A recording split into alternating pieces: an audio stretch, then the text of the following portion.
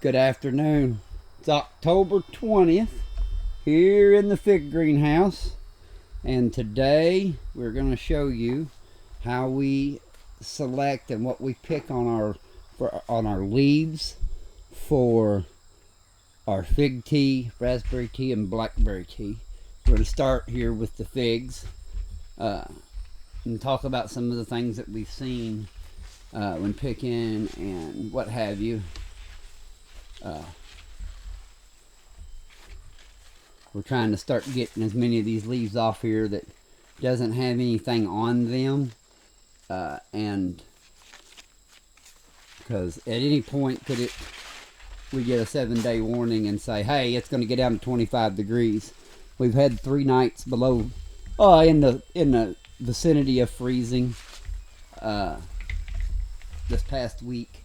Didn't bother nothing in here with no power or no heat, but it did smoke all my fig trees outside. So we're just going to kind of ease through here. We're pretty particular about what we use for tea, and we know we're getting pretty close to getting about all the best ones out of here.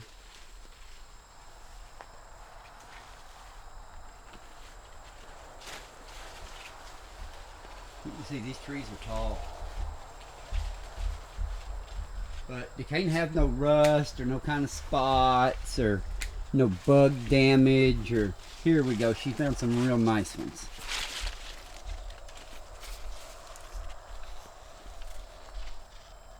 They need to look really nice.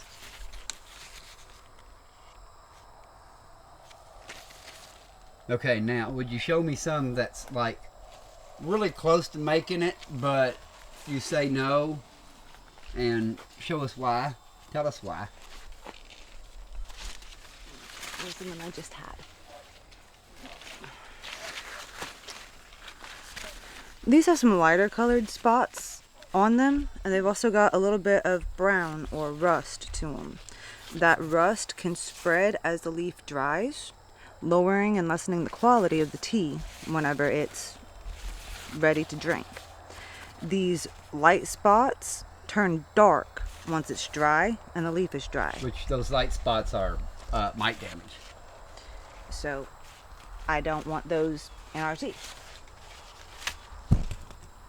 That's what you see here. This is the sulfur that I put. Of course, we won't use those leaves at all, but you try to you get down there and try to get them under control so they don't damage your leaf. You know, you're not going to get every leaf in here to make tea, but you can get. Now, what about this one here?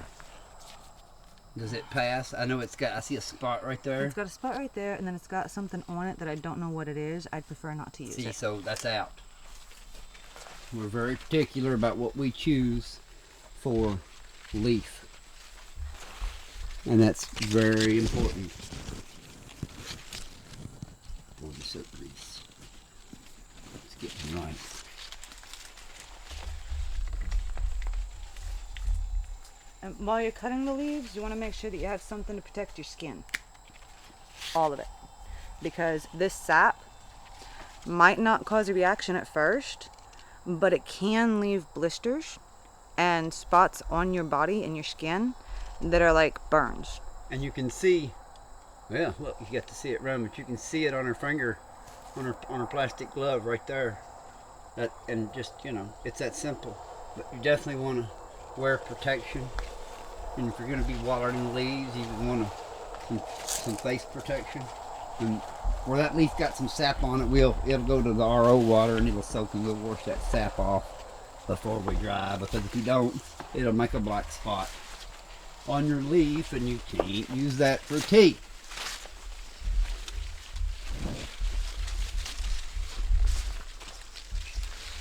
I think there's one further back that I haven't gotten to yet. Go on back here and see what else there is. Starting to get slim pickings in here for tea. There's still some figs in here.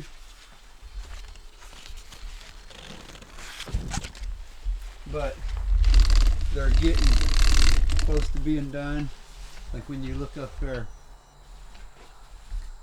I mean, we're already picking Caldodom Nories 8 foot in the air where we're picking right now. Because we've done picked it all the way back, so. But as long as we can pick, we're going to try to pick this season.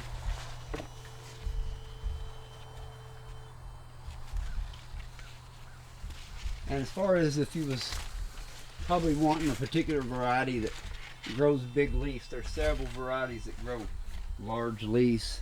Here's Caldodom Blanca Negra, has a rather large leaf. You can see my hand, it's very large. I can hide my hand under it. Yellow Bypass has a very large leaf, and so does Yellow Longneck. Look how large this leaf is.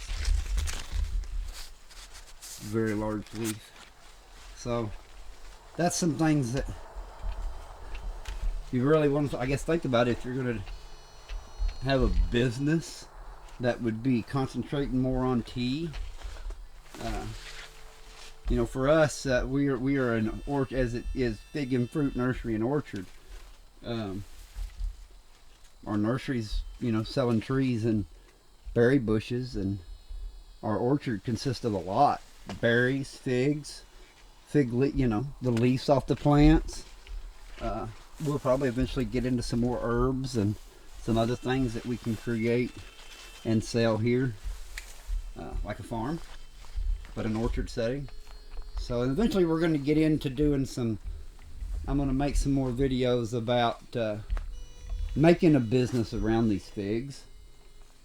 I think it will interest everybody to really get a grasp on maybe how and what we're trying to do and the way we're going to try to market this. Some long-term goals. I'll make another video separate on that later. So, alright, let's go have a look at what we're looking for on our blackberries and raspberries. Okay, this is our some raspberries. This is our what we picked for tea. Want a really nice leaf. Can't have no disease. These are all really good for trimming. We just do selective picking.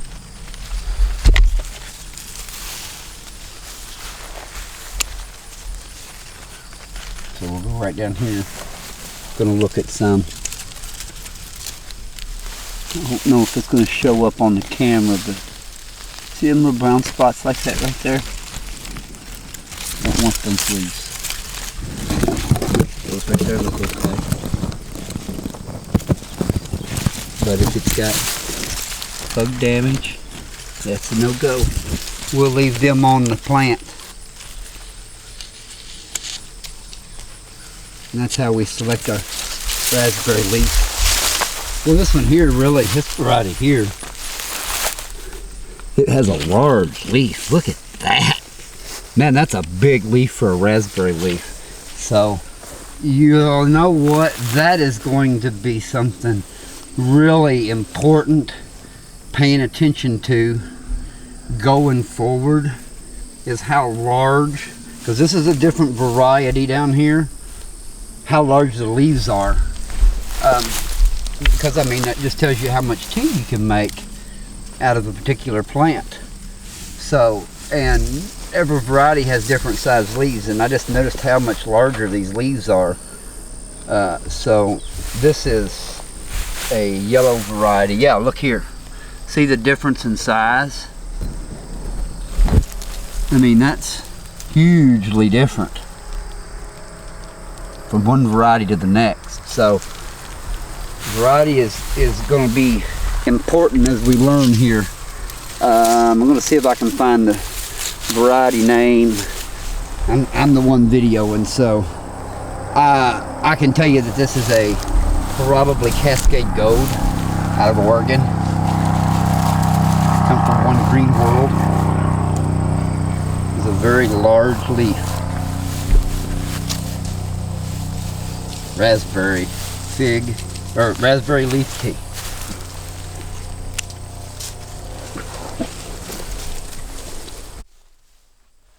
Alright, so I want to show something here. that you don't want to do in the care. See how I've blowed some leaf up on here, or grass on here when I was mowing? Well, that can cause spots on your leaves that you can't make tea out of.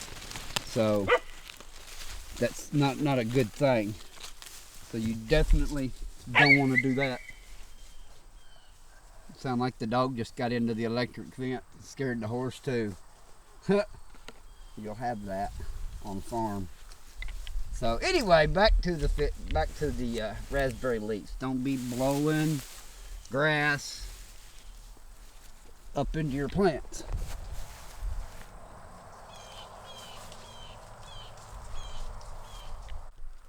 All right, these are blackberries. It took us a minute to find some blackberry that wasn't all diseased out for the season, but you kind of get where you can see it. This is the quality of leaf you're looking for blackberries to make a tea. Now, let me show you some that won't work.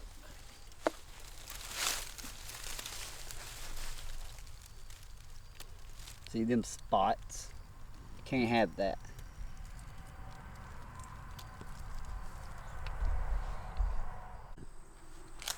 Here's some more blackberry leaves you do not want. This.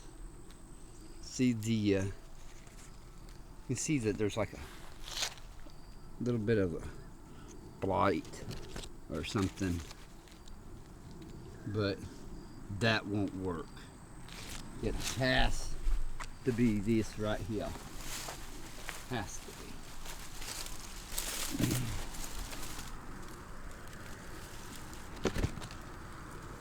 That makes tea. Blackberry leaf tea. That's what we select for our product. Thanks for... So along this main vein of the raspberries and thorn varieties of blackberries, there's thorns on the leaf that can be wiped off before drying or after, or you can just pull the entire thing off. Yeah, because you're going to throw that. You would just throw that. You could just throw that away anyway. Mm-hmm. You're going to pick it out when you grind it. So why not just pop it off before you even put them in the grinder for your raspberry leaves? But all of the leaves have those thorns on them on that one main vein. Yeah. Now, what about the blackberry leaves? If they're a thornless variety, they don't have it. But if they're not a thornless variety, they have it as well. So then you're going to need, if you use a thorn blackberry variety, like from the wild or whatever, just to make your own blackberry tea, you're going to need to devein it like you did this raspberry. Yes. Because, you know, like she said, we pick all this out of our teas anyway, so why not just break it off right here before you put it in your food processor? So. And it doesn't go all the way up the leaf. It just goes part of the way. Yeah, and it breaks right out with no problem. And what you need to get rid of is right there, and you're going to throw it away anyway. Yes. And it's that much to have to sit later, to have to deal with. So, something on your raspberry tea leaves that you watch when you dry those. Thanks for watching.